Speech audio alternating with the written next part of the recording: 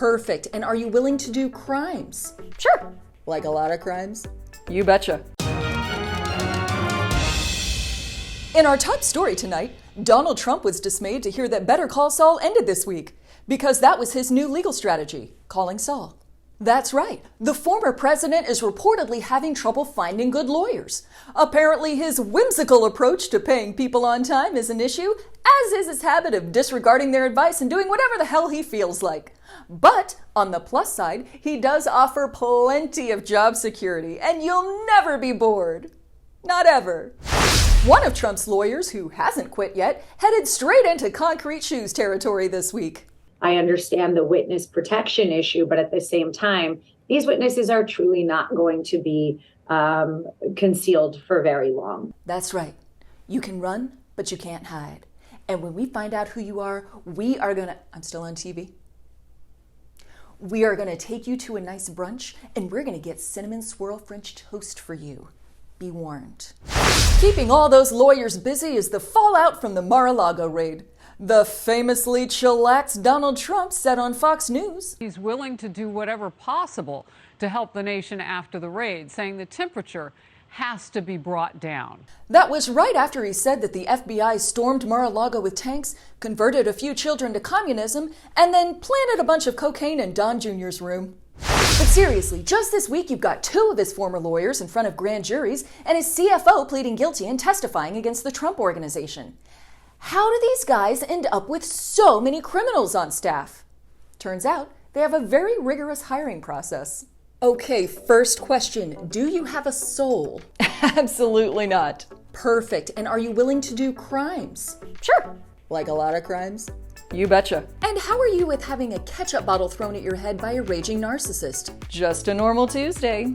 Perfect. You start Monday. Here are some classified documents. Just take a look and then put them wherever. The Trump team has done so many crimes that even mafia guys are like, shit, you guys, slow down. Rome wasn't pillaged in a day. In fact, we have a TikTok challenge for Trump's team. Take a look. Welcome to day 2 of the 21-day No Crimes Challenge. If you don't do crimes for 21 whole days, you get a popsicle. Okay, Team Trump, now tell me, how did day 1 go? Oh, really? Okay. Well, I mean, you can get right back on the saddle in day 2, progress, not perfection. What? Oh, you did crimes this morning. Okay. Is Matt Gaetz the Mar-a-Lago informant? According to his somehow even more batshit insane opponent, yes. Is Gaetz the informant? Gaetz hired Jeffrey Epstein's attorney. Another Epstein attorney approved the raid on Trump's house. Now, I'm no Matt Gaetz fan, but that's an even thinner premise than Air Bud Golden Receiver. He plays basketball and football? I'm not buying it. President Biden signed the Inflation Reduction Act into law this week, and then he gave the pen he used to Joe Manchin. And no, not by stabbing it into his eye for some reason. Liz Cheney lost her primary, but she may run for president. She just unveiled a new slogan, Cheney 2024, what if a grown-up? Wealthy Americans are moving to Florida 4 times more than any other state. They love that there's no state income tax or state ethics. John Fetterman posted a video this week of Dr. Oz shopping at a Wegmans, Walmart. The senatorial candidate of either Pennsylvania or New Jersey was disgusted at the cost of crudite. Guys, that's $20 for crudite, and this doesn't include the tequila. This left millions of Americans to wonder, what the hell is a crudite? Well, we Googled it and found out that Dr. Oz, a true man of the people, is reportedly so stressed about assembling a veggie platter that he's ready to start doing tequila shots. Hey, if I was dipping raw asparagus into salsa, I would need a drink too, because that's fucking insane. But don't worry, Dr. Oz, we are here to help. Our own Chef Austin has a very special message. Listen, buddy, let me talk straight to you here. I know you feel like you need to be this great and this powerful guy out there right now, and sometimes you maybe rush a little bit to make a video, and I just want you to know, I'm here for you, call me anytime, but before you make another video, just call me, okay? We can talk about it real quick, maybe run few ideas past each other, huh? It'll be good. The group Mothers Against Greg Abbott released an ad showing a child wearing body armor at school. Texas children are urged to bring their number 2 pencils and their number 9mm to class every day. Marjorie Taylor Greene recently stunned absolutely no one by spotlighting the plight of the white man. She claims these oppressed souls are constantly passed over for promotions and jobs, which leaves them turning to porn and video games. Poor guys. When will they ever break these chains of pleasure? When will they finally succeed? Ugh. To think of all the porn these brave men had to watch just to cobble together their measly careers. So sad. Kim Kardashian's ye-bound relationship with Pete Davidson is over. Davidson appears to be in good spirits, mainly bourbon, and is back to his usual regimen of weed and looking for famous single women to bone. Protect your heart, Martha Stewart.